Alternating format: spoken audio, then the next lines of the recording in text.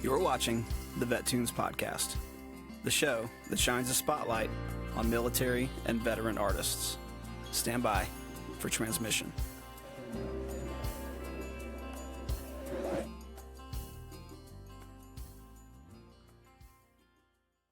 All right, so transmission indeed. We are coming to you from the Jump CP at Harmony Hill.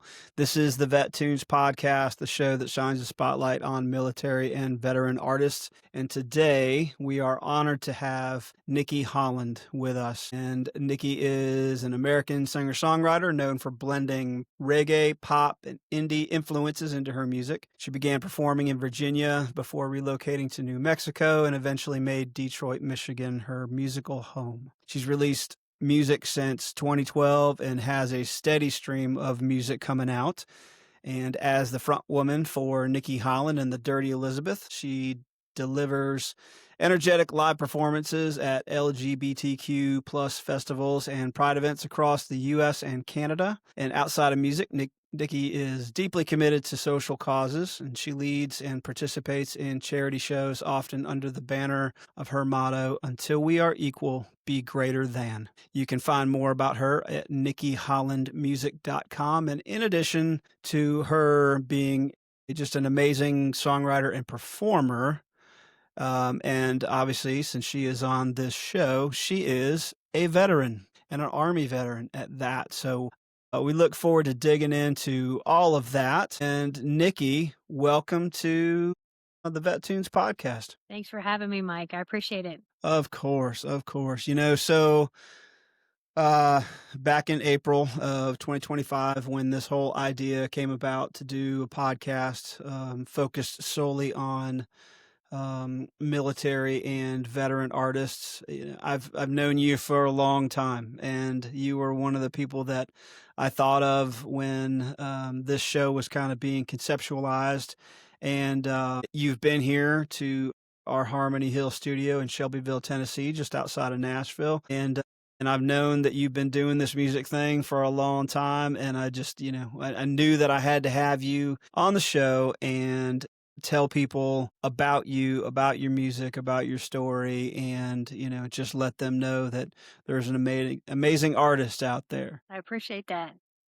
I think you and I had run into each other late, like 99 or 2000, somewhere around there. Yeah, right? It could very well be. You were actively touring, and we encountered each other, I'm sure, when you were at the Norva in Virginia, and somehow we connected, and it's been a journey since. Yeah. And then we were just talking about it a little bit earlier, but we went and took some pictures. You said, "Hey, I'm a photographer too, and let me I'll take some pictures of you and the band." And we went to Fort Monroe, and I'll never forget that you said, "All right, so put your lips together, and now blow some air out just a little bit." So every time I look at those pictures, I immediately think of Bret Michaels, because it seems like every picture that he takes, he's going. He's a bit of a He's kind of doing the duck lip thing or whatever. So I feel like he stole that from us. I think he probably did. Yeah. Yeah. We both had that military straight line, tight lip. We needed to loosen it up a little bit. Yeah. Yeah. I don't know that it worked quite so well for me. It took me years after the military to loosen up a little bit, I think. Anyway, so so we had met in the Virginia area. And were you active duty at the time? I don't think I was active duty. I stayed outside of the Fort Monroe area for a little while, just working, and before I ultimately ended up moving to New Mexico. So I had been dabbling a little bit with music. I knew my mom sang and played guitar, and I had some other friends who were involved in music, and I just wanted that to be part of my life, but I didn't know exactly how to start. But I found myself drawn to other people who were in music, and you were definitely one of them. You became an influence for me. Oh, that's awesome. Yeah, so we were doing shows. I was on active duty for about 5 years and then got out. And then we lived in a van and we toured all over the place. And one of those tour stops was the Norva in Norfolk, Virginia. And then I remember we were doing, I think you were with us. We were doing a show at is it Town Point Park? Is that the name of it? That sounds right. Right, like, right there on the water, and we were in a show with Collective Soul, and I remember we were all hanging out prior to. I remember when you got it, you told me you were getting engaged. You had come back to the Norva and said either you had just got engaged or you said, I'm gonna ask her. It was like, wow, that's a pretty cool moment to be thinking about it while getting ready for a show. Yeah, yeah. So, tell us what your journey was like to the military, Mhm. and then we'll talk about your journey to music and, if they happen to have coincided, like, what is it what's the music and the military connection for you? Well, I joined the army right out of high school. I needed something to do once I graduated, and I grew up kind of the poor kid, single mom. You know that story.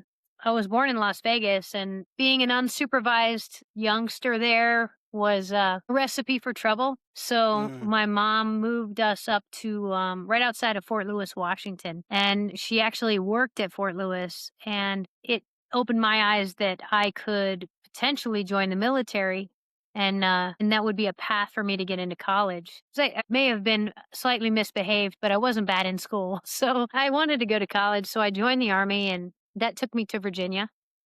And at that point, I was the age other kids were who were going to college. And so I bought a guitar at a pawn shop. And I think it was just the decoration more than anything for a long time. But the School of Music for the military was right nearby at Little Creek Amphib Base. So mhm.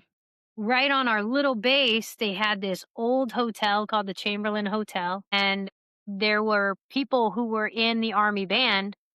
And that participated in it, and they played music, just pop music. I guess I wouldn't say pop at the time. I would say they played dated music then, but it was all cover songs. It was Jimmy Buffett kind of things, and Brooks and Dunn and stuff like that. But all of the soldiers, if you went anywhere, you went to the bar in the hotel. And so, being a small community, I got to know some of the musicians and just had a big desire to do what they were doing and didn't know how. And then I encountered you and a couple other people who were into music and kind of got me to wanting to play a little bit more. And there was a little pub outside of the base. They gave me a chance to do kind of like an open mic. So they let me bring my guitar and play for tips. And Nice. that was the beginning. That was the first time I really started. Matter of fact, a guy named John Harrell, he was a very good musician. He still is a very good musician. And I showed him and his bass player some of my stuff, and they said, "Nikki, you got to dumb it down. Don't use so many damn chords when you write your. Don't complicate this stuff. Be like the Beatles. Just give me 3 chords and repeat them. Figure the song out from there." And it was really good advice. Makes it easier to remember my songs now when I'm playing on stage. So yeah, that was part of the journey. And then I moved to New Mexico. I came to understand that I liked men, but I liked women also, and that wasn't really a good time to be in Virginia. So I moved to New Mexico and did a little bit of recording. I would be just mortified if anybody found any of those recordings now. But then I moved here to Michigan and did a remake of quite a few of those things and just took those things down also off. So if you want to catch The Vault, if you want to see that, you have to do it only on Bandcamp. You can only buy those things there, or stream it a few times and then you got to buy it. If you want to buy My Embarrassment, it's your first album. But since then, I've been recording, releasing albums and now just singles. Yeah. I feel the same way about all of our earlier music, You touched on a lot of things. Don't overcomplicate it. Don't make it harder than it has to be. We were young and we were trying to, play, either super fast or super complicated stuff, or everybody was trying to, land every lick all the time. And all it does is kind of, it clutters up the song. It clutters up the story and the message at times. And that was something that we had learned. And, even now I'm going back through some of that stuff and I just kind of shake my head. But then the beauty of having a studio is you can kind of work on some of that stuff and you've sat with those songs for, 10, 20 years or whatever, and you finally learn how they should have been played. Mm. Well, I So, appreciate yeah. how you did them. I think as I purged all my CDs in this digital music era, the very few CDs I have are autographed Mike Corrado CDs and a few others. I mean, Diller and the Baboon. I was a fan, and I still am. I think we maybe are a little self-critical, right? My music has changed a lot over the years. Hmm. I didn't know what I wanted to do, and when you introduced me to your listeners, I went into the studio when I got to the Detroit area saying, I don't want to label myself as a lesbian. I don't want to just be the next lesbian singer. And that was a misstep because I for one was denying who I was, but secondly, I was new to Michigan, so I had no community. I had no like backyard. Who am I appealing to? And by stepping away from part of what had become my journey in the few years leading into that, getting out of the military and going through my religious chain, like trials and things like that and coming out, it was part of who I had become. And so, two things I didn't want to be. I didn't want to be country and I didn't want to be gay.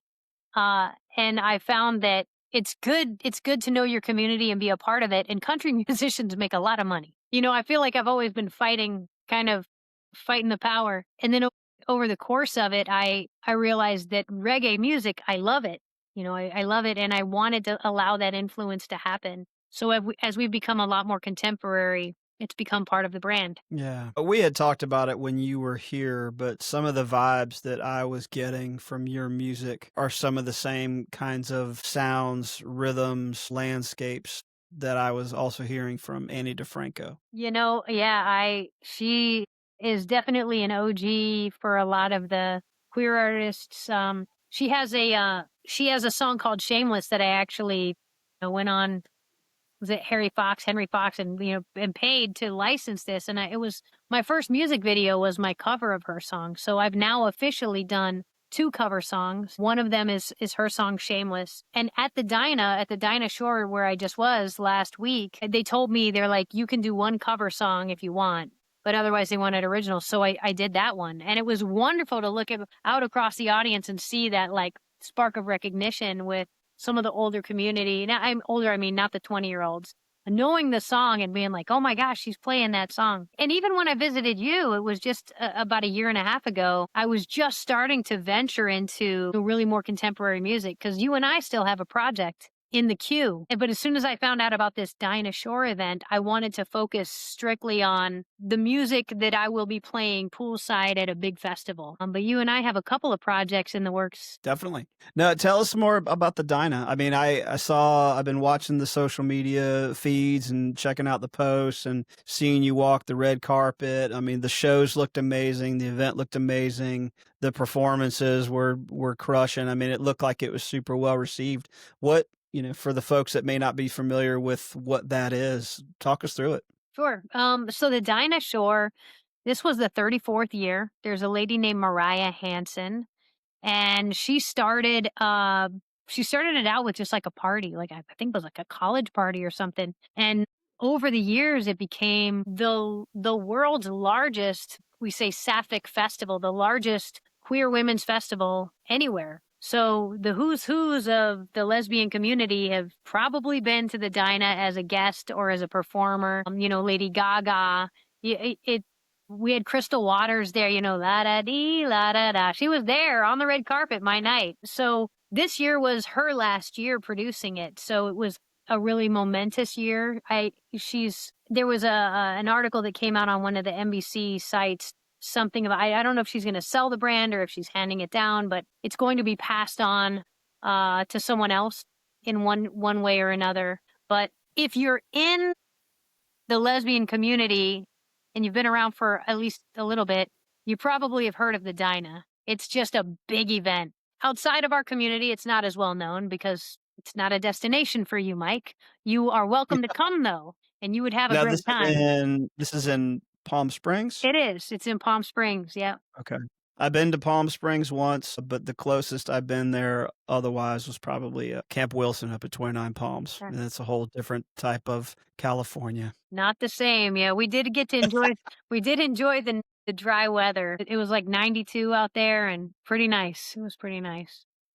Now, did you take the whole band with you? I did not. No, I got the email. I actually knew for over a year before the performance, which gave me a lot of time to ramp up for it. But she said, I want you to perform the tracks.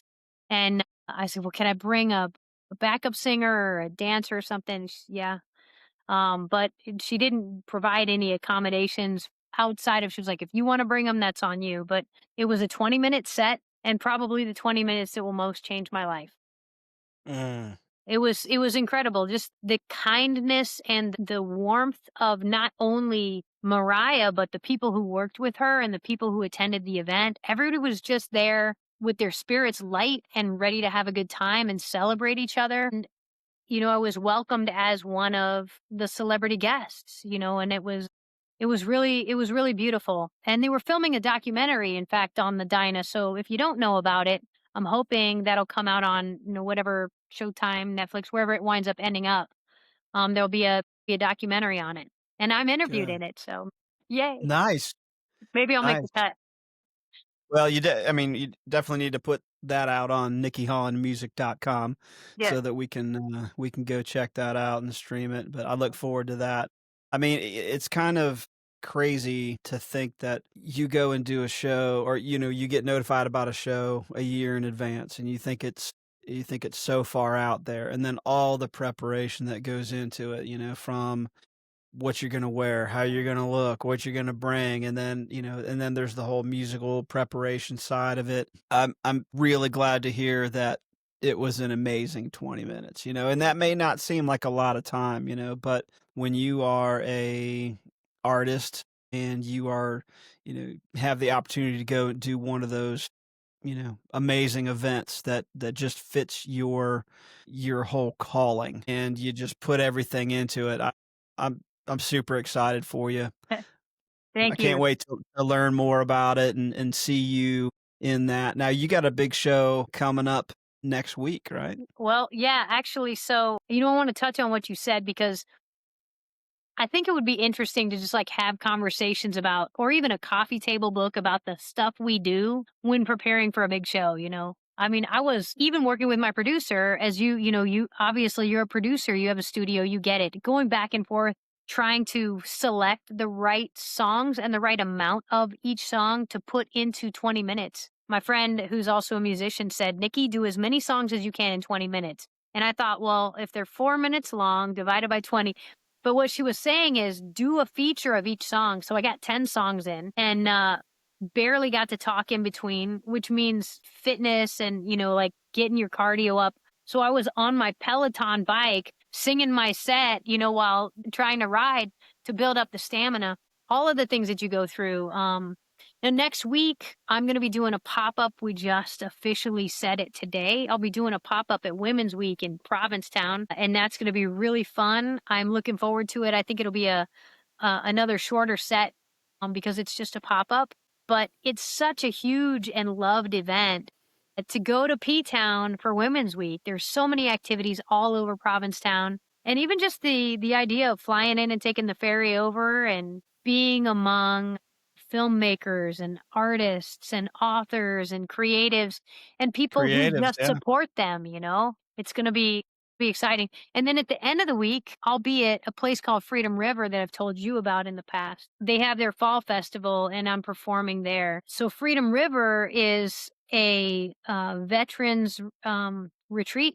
It's like basically like a campground. It has not officially opened. So there'll be a bit of a soft opening and there will be the fall festival. It'll be open for that.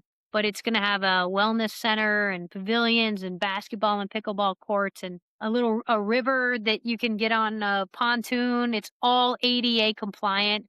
And it was put together initially by a really awesome couple, Jeff and Jana, who were just tired of seeing vets lost to their own battles with, sorrow and not feeling wanted. And so they really wanted a place where vets could just reconnect and have a safe space and retreat. So anybody with a DD 214 can come there, and if they can't afford to be there, they'll come in free. And if they once they get signed up and show that they're a vet, they can get the discount or whatever resources they need. So I'm And looking where forward is to this? that. And it's in Brighton, Michigan. So if there are And vets who need access to this, I think it's going to be opening officially next year. If it sounds like something you need or that you want, go to freedomriver.org and find out how you can get there. I believe there will be, it's a 501(c)(3), so I believe there will be ways the vets can get sponsored to go there if they need the sponsorship. It's a beautiful place and it feels good. The first time I was there, I loved it so much I kept volunteering and now I'm on the board. Nice, Yeah. nice. Do you is their website up and running? Yep. freedomriver.org is will get you to what's going on right now. They're looking always for sponsorships of things, for donors, for volunteers to clean out clean the trails out. We've got a small crew of vets out here. Some people I was in the army with, I think, are coming to the Fall Fest, and they're always looking for people to come out and help with whatever setting things up. Sometimes like making trails that'll be appropriate for like electric mobility devices and stuff like that. You got to get those little stumps down so that people are safe. Mm, And I believe we're going to have a zip line that's will hold a wheelchair to take you down to the river. nice. It's a beautiful place. That's great. I love hearing about different organizations that are out there just doing great things for veterans. And, if you're a veteran, if you're in the area, that's even better. But, if you have to travel a little bit, sometimes taking a break from your normal routine and going to a place like Freedom River, it re-energizes you. Mhm. It kind of it's like you charge the battery because you're around the ones that sometimes you miss most because it's the family that you had for a while, Yep. or the family that you shared hard times and struggles with, or it's just great to kind of reconnect. Sometimes I find myself doing that is I kind of come in and out of the military and the veteran orbit sometimes, but when I get back and I get to an organization like that or events like that, I'm just like, wow, I'm really glad that I came here and got to connect and got to eh, just have that camaraderie and that fellowship. Yeah. Yeah. We were talking about me being basically labeled now as a queer artist because of the pride events and things that I do, and I'm proud to hold that flag. But it's nice to also show up as a vet at those events and just say, all right, let's stop worrying about who I married and let's talk about like representing something else. And when you were talking about my bio, I am big on causes of equality and human rights, and the people who fight for it deserve our honor and respect. And for you and I, it's our brotherhood and sisterhood. So I get to do two back to back. I'm actually Battle Creek, Michigan. I'll be there on Saturday the 8th doing a big veteran event because it's leading into Veterans Day. And there's a place called New Holland Brewery. They're coordinating with other bars in Battle Creek to raise money for veterans organizations. So I'll be out there also if people are out on that end of the state a little bit further west in Michigan. So yeah, I feel proud about that. It's feels good to be connected with kind of both sides of my story. Yeah. It feels good to be yourself, to Yeah. go out and just be who you are. I think a lot of times people become their surroundings, or, they wear a uniform for a long time and then they think that that's their sole identity, and Mhm. there's more to it than that. So it's great to go out and get involved in projects that are close to home or things that you like to do, and sometimes go to the retreats and just recharge. Mhm. Yeah. So you have so many songs that have come out. It seems like in the past year you Yeah. just kind of cranking them out, and it seems like in addition to the studio and the music piece, there's also a heavy influence on the social media and the visual aspect of it. And in one video, you're doing a couple rounds in a boxing ring. Yeah. Yeah, Yeah. tell us about that. Oh gosh, that song is Gumdrop, and it was the beginning of my journey into more modern music, more contemporary, like pop influenced music. I wanted to do a song that was danceable, and so I was sitting with some friends, and on YouTube or whatever it was, there was a music video, and there was a lot of twerking. I think it was a Cardi B song, and it was Christmas time because I looked at my friend and I said, "Man, if I could just get a snow globe with like a little twerker and I could shake it up and I'd just see the twerking and the snow, I would buy that. I would just make me so happy. And it's not a sexualized thing. It's just I think twerking is so fun to watch. It makes me I can't look at it and be in a bad mood. So I tied that to an old saying back. I don't know if you grew up with this saying, but when people would brag, you'd say "goody goody gumdrop," and it was just kind of a sassy response that we had in Vegas anyway. So I brought the two together, and this is where it kind of the idea formed of I'm always talking about taking the high road or being greater than. And so how do you do it when you're in a bad mood? And the way you do it is you when people are bragging or when they're telling you how much better they are than you just say goody goody gumdrop and the gumdrop is the butt. And so the concept for the video was I get knocked out by some gossip or somebody online. And then there's this rapper, FC Benji. He's like my trainer. So he's in a tracksuit. He's my trainer and he's telling me how to fight the fight. And after I get knocked out, I just wake up and I see women twerking all around me. And I decide that I should just go back to sleep and keep dreaming about the twerking. And that's a happy space for me. So it was just goofy. We shot it in a No. boxing ring with a great MMA fighter and FC Benji as a collaborator, as a rapper, and it was fun, and it kicked off everything from here. I feel like there was some professional twerkers that were Yes, involved in that. I mean, because when I watched it, I'm like, huh, okay, yeah, they've done this before. yes, yes. In fact, there's a girl named Candace the Coldest, and she had a dance studio. She just retired the studio. She taught twerking and just a gem of a lady. And her and a couple of her regular students slash assistant teachers came out, and then another couple of people, and they became my dizzying twerkers. And then the band got to be in that video also, which was pretty cool. My drummer got to Yeah, play the ref. nice, nice. What other music do we need to turn people on to? You know, Mike, there's a little bit of something for a lot of people, and it's not that I'm trying to reach, but I do believe that when a song hits your soul, rather than trying to funnel it through the filter of a certain genre, I'm just letting it breathe as it comes to me. So Yeah, so there's a song called Her Favorite Tune that was the first one I released this year. And it's a country song because it's country, it's sad, and it's an older story that I wanted to finally put out. So that's Her Favorite Tune. If you're a country fan, maybe that'll bring you in a little bit to some of my stuff. There's a song, one of my favorite songs I've done this year is called I Don't Know How to Save You. And I'd like to do more like that. I think it's it's kind of in that John Mayer kind of Ed Sheeran type vibe musically. Obviously I don't sound like them, but musically it's in that, and it's about two people in my life who were struggling with feeling less than and allowing themselves to be mentally in a space. And we all have friends who go through this. We go through this ourselves where our friends keep telling us, I believe in you and you can do better. And, don't believe this about yourself. And we don't listen, or they don't listen to it.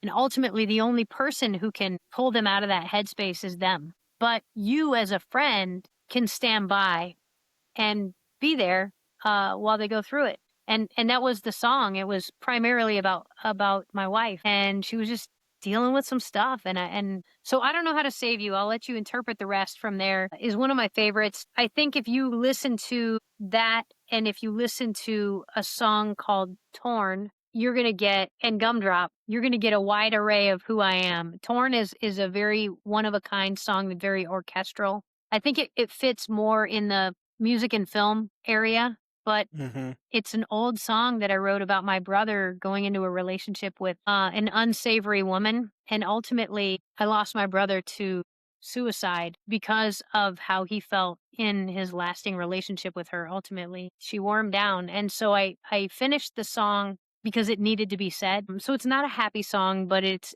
a compelling one. So if you're in a headspace where you want to enjoy orchestral music and kind of think, Torn is one to listen to. But for the most part, everything else is just about, uplifting and sometimes really tongue in cheek fun and enjoying life. I have a new song coming out called Group Chat Therapy. And it's just about being in a group chat with your people and making plans and venting about a relationship in the safe group chat. And so that'll be coming out soon. Yeah, check out whatever, interpret it and learn different sides of me, because you can't really learn all about one person in one conversation anyway, can you? That's true. That's true. The last time, well, you were here early last year. Yep. We were doing some recording, but the one thing I noticed about you is you have an infectious energy about you, very positive. It feel good being around you, and that comes through in your music too. And the time before I was stationed at Camp Lejeune. We had chatted about something, and then the next thing you know, I'm on a video call with you in a room full of friends. You remember that? Yes, that was COVID. And okay, it was during COVID. Yep. All right. And yeah, so I got to meet the whole crew virtually, and man, that was a fun time. That was crazy, Mike. For your listeners, edification. I had my backup singer at the time. She's a big personality, and COVID hit, and she happened to be living in our bar. Just circumstances were what they were, and she had just moved in, and then bam, COVID hit. So here she was, and we decided we were going to do a thing called Quarantine Cuties, and themed it. And every week we would do something, and then I got to where I was like, well, let's introduce everybody to my musical influences. So I got to get in touch with you virtually, and I think we had 150 people would tune in at any given point to watch us do shots and play music and tell stories. It was great. I bet if we'd have kept going, we'd have we'd have had something there. But Now you said your bar. Talk to us about your bar. so we have our garage has been converted to a tiki bar.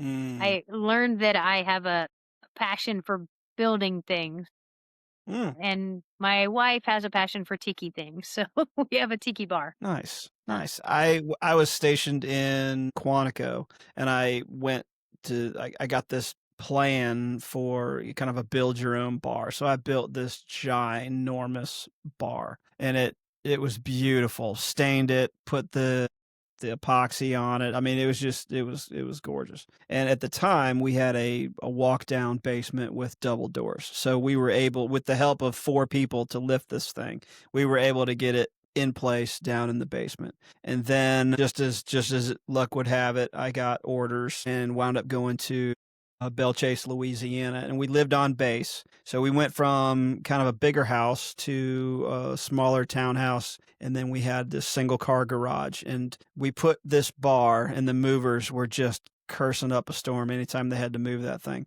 But we put this bar in this single car garage, and it took up 60% of it. And so we decided to get a storage space out in town for all of our stuff so that we could clear the bar out, right? So here we are, we're on base, in base housing, and we set up the bar. And, it was just kind of one of those things where if the door was open, the bar was open, and it became the neighborhood spot. And we just had a great time. We also had a breathalyzer, so we had a lot of contests. Oh my gosh. Yes, that's part of the spirit of being in the military, right? I mean, I could see it. I could completely see it. Yeah, I love to build things, but I'll tell you, having been down and seeing your place, you are a gifted builder. And if anybody hasn't had a chance to come, if they're musical and they want to come down and see you or tour what you've got set up out there, they should. They should definitely come by and check it out and see all of the great things you've done. If you ever decide to do a festival, I'm sure there are people around who would love to come and join, especially this person, because I'm sure I could talk a few people into coming down to Tennessee and Oh, yeah. seeing Shelbyville instead of Yeah. hanging out in Nashville and getting tattoos. Well, there's that too. I mean, there's that, but we could also bring in a tattoo artist. Yeah. No, it was something that I've always wanted to do, is have a studio. And then when I finally retired and this property opened up, it was an opportunity for us because it had the main house and then it had external building, which we turned into the studio and a 3-bedroom Airbnb, essentially apartment house, whatever you want to call it. But I think since you have been here, we built an outdoor stage, and we do a lot of content creation out there. We have the ability to do intimate shows. And then we've also talked about building a stage down by like the pond area because the way the hill is, we call it Harmony Hill, but the way Yeah. the hill is kind of lends itself to being a natural amphitheater. Yeah, we got a lot of ideas, and it's kind of one step at a time, one building block at a time, and it's always a work in progress. But yeah, if you have a dream, you got to chase it. You got to do it. Yep. I agree. Well, I can't wait to see what you keep doing. I know it's going to be done with skill and with love, whatever it is. It is a passion project, That's for It's sure. one of those things you think about all the time. What am I going to do when I finally hang up the uniform? And what do I love? What's my passion? And I decided I'm just going to do music full time. Mhm. So, my wife, she's with me on this whole thing, and she's been super supportive, and, we're just, we're very fortunate that we get to be able to do what we do with music. And the majority of what we do in music is with veterans. And it wasn't something that was contrived. It just kind of happened. Surround yourself with great people. And I happen to have met a lot of great people in the military and those that have served. So it's just it's kind of worked out. Yeah, absolutely. All right. Well, give us a rundown one more time on some of the things you got coming up. So I'll be in P-Town on Wednesday for Women's Week at the Sea Glass. There's an app now community called Venus, and they're the main sponsor, and then a travel group called 12. And then on the 18th, I will be at Freedom River for their Fall Fest in Brighton, Michigan. Battle Creek. That's the 18th of October. That's 18th of October.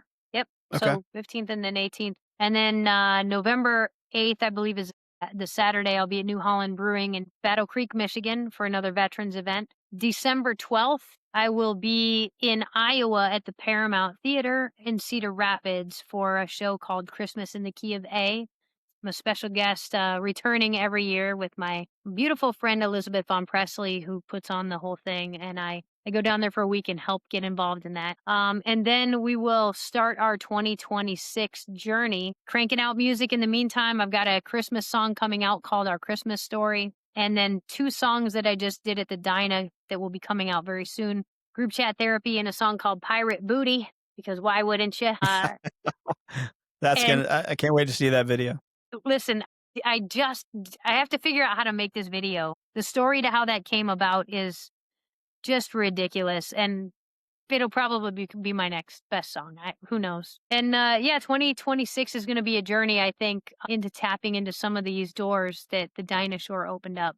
So here's to hoping a couple of ladies here in Detroit, Megan and Dana, that were on the Queer Ultimatum. They're from the Detroit area, and they're starting up a new social thing that will be happening regularly in the Detroit area, and I'm hoping to be aligned with that. And some other adventures between here and Chicago. Great. That's awesome. Yeah. I love to see you excelling. I love to see you out there doing music and just spreading the love, spreading the energy. You're a great guy, Mike. I really appreciate you. Thank you. Hey, where can people find you?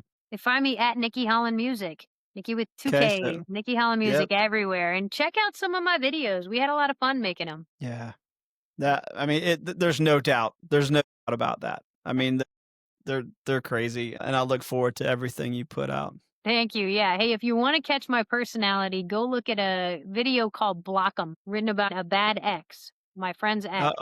That's one of my favorite videos. It's just a lot of fun. Yeah. Good stuff. Well, thank you so much for joining us on the VetTunes Podcast. All right, everybody. So Nikki Holland, you can find her at Nikki Holland Music. She's got so many great songs and stories and fun vibes that you just have to check out. Thank you, Mike. All right. We'll talk to you soon. Take care.